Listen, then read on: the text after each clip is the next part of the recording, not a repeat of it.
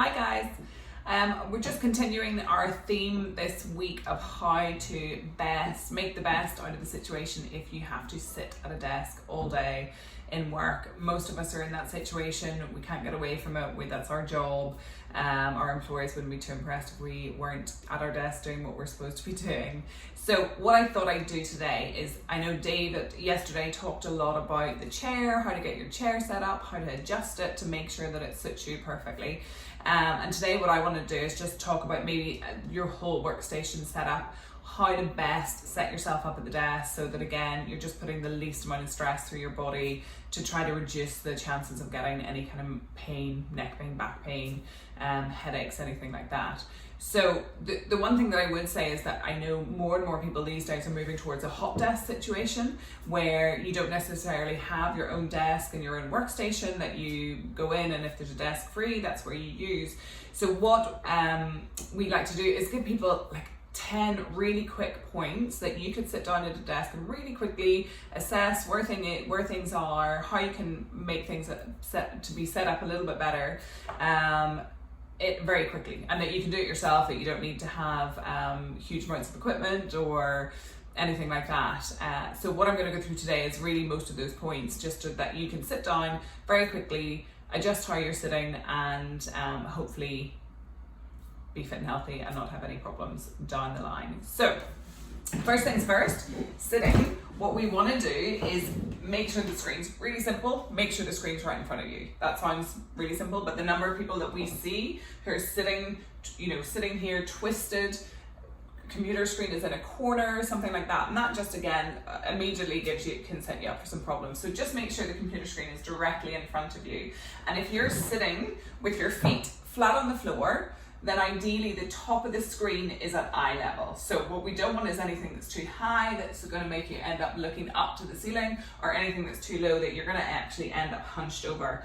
And that's sometimes where we come into problems with laptops, because obviously laptops sit on the desk, the screen is going to be lower.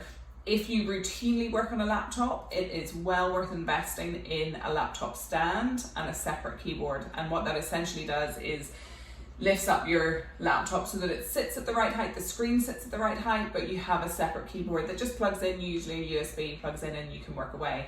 You can get those, they can be pretty light, pretty compact, so if it is something that you need to carry around with you, it's not too much of a problem. So screen directly in front of you, top of the screen at eye height, and then what you want to be able to do is you want to be able to get yourself actually in quite close to the desk, so that your adjustable armrests that I know David talked about the other day are at a height that you can rest your arms on the armrests. I need to get mine at the right height.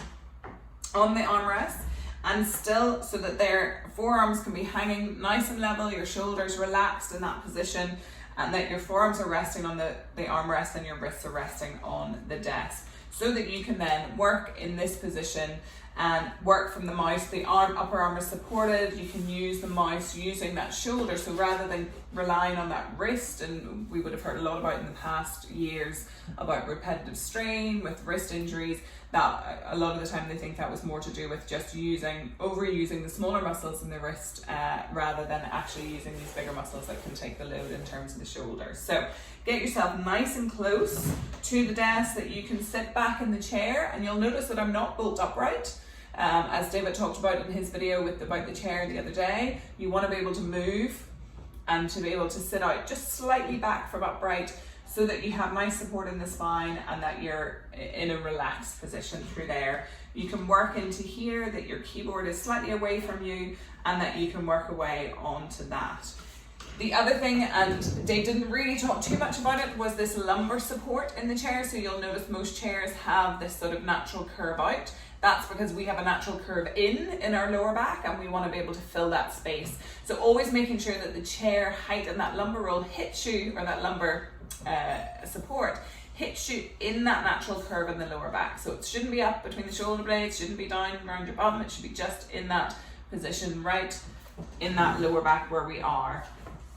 So making sure that your seat height, the next thing is making sure your seat height is right. That comes up to where, again, you can have those arms resting, but your feet can still be flat on the floor.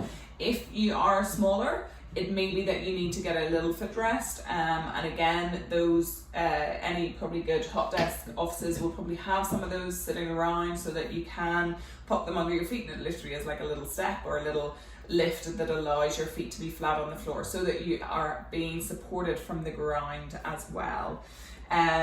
The other things really quickly, so those are your main setups. Like it's not that complicated, and it's something that you can do really quickly. So going over it again, screen in front of you, top of the screen at eye height, getting in close to the desk so that you can have your arms resting on the armrests and have your wrists supported, feet flat on the floor.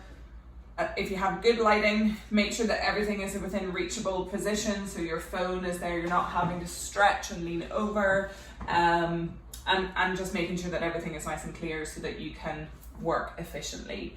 Those are the main points. If you would like, we have a handout, a PDF form that basically gives you those 10 quick points really succinctly, really quickly, gives you some advice. If you would like one of those, pop a comment in the comments below and we can message that to you. We can send that through on email or in private message. So just let us know if you'd like that. That's absolutely no problem.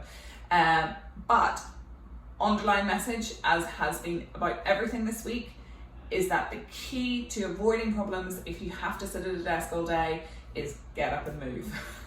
So we keep saying it, but that is the thing. It is the sustained sedentary positions that are the problem. So your next posture is your best posture. It's not about sitting in this perfect position. It's about changing positions regularly, and by regularly I mean every 20 to 30 minutes, having what we call a micro break.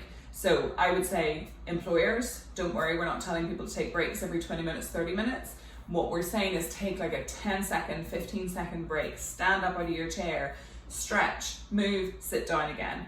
It's almost like pressing a reset button. So you press the reset button, gets the blood flowing again, lets those tissues move a little bit, and then you get another 20, 30 minutes out of it. So that's the key. We're not talking about huge long breaks. We just mean move. We mean change position in your chair. We mean do a quick stretch in your chair, and probably tomorrow I'll do a video of a couple of quick stretches that you can do in your chair. But if nothing else, stand up, stretch, sit down again. So hopefully that's been useful and you can use it today in your desk, sit down at your desk at lunchtime, have a quick look, check those things, make sure that you're comfortable, and we will be keeping you fit and healthy. All right, thanks for watching.